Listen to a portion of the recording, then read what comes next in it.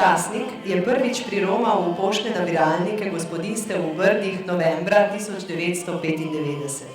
Poimenovanje briškega časopisa je bilo zelo enostavno in ideja o zapisovanju informacij o vsem, kar se dogaja na občini in po Brdih, se je konstruktivno razvila v izdajo tromesečnega časopisa.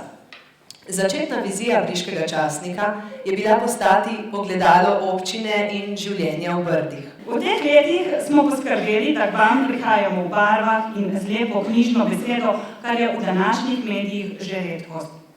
Uvrščamo se med najstarejše lokalne občinske časopise v Sloveniji in zapisali smo 20-letno kronologijo življenja v Brdih. Že ob ustanovitvi občine Brda so se župan Franc Mužič in tedanji občinski svet zavedali, kako pomembno je obveščati in zapisovati informacije, tako o dogajanju na občini, kot tudi dogajanju v širših Brdih. V vsaki številki briškega časnika se skriva ogromno sodelovanja, zbiranja, poizvedovanja, organiziranja in oblikovanja.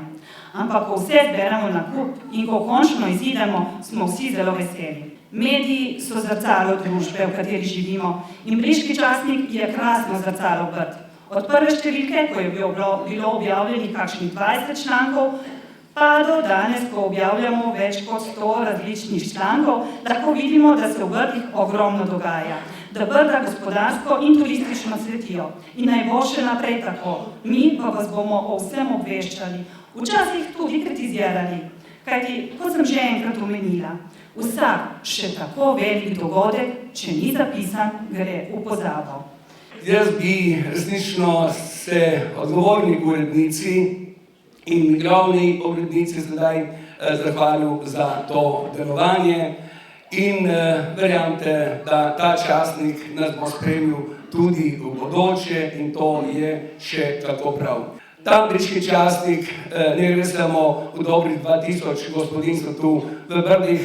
Zadovoljen in ponosen sem, da smo se tudi v Brdih odločili, da ta časnik ga dobi sleherni Gric, kjerkoli živi na tej zemeljski obli. To lahko reče. Tako da ta časnik gre vse do Avstralije, Južne Amerike, Severne Amerike, Kanade, pa še tam, kjer živijo res Slovenci. Bodimo ponosni in zadovoljni s tem našim briškim časnikom.